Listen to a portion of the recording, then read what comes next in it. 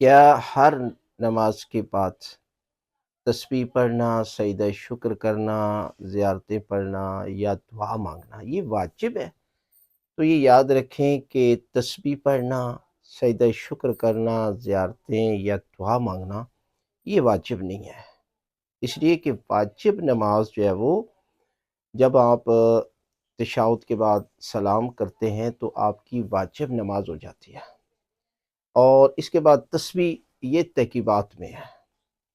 اسی طرح سجدہ شکر کرنا، زیارتیں پڑھنا، یعنی ان کا ثواب ہے، اپنی جگہ پر بہت بڑا اجر ہے۔ ویسے ایک تسبیح کا اجر 1000 رکعت کے برابر ہے، اور اللہ کے رسول نے اپنی بیٹی کو جو سب سے بہترین عمل دیا تھا وہ تسبیح تھا۔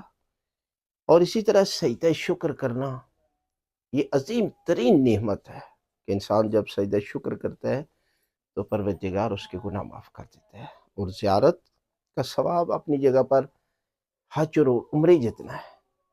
لیکن اور حدیث میں ہے کہ وہ اس بندے کی کوئی نماز نہیں ہے کہ جب تک وہ نماز کے بعد دعا نہیں کرتا۔ لہذا ان اعمال کو اہمیت دے، لیکن ایک بات یاد رکھیں کہ یہ واجب نہیں ہے، یہ ترکیبات ہے، مستحب عمل ہے، سنت ہے۔ لہذا ان کو کریں گے تو اجر و ثواب ملے گا، اگر نہیں کریں گے تو گناہ کوئی نہیں، نماز آپ کی واجب جو ہے وہ ہو جائے گی۔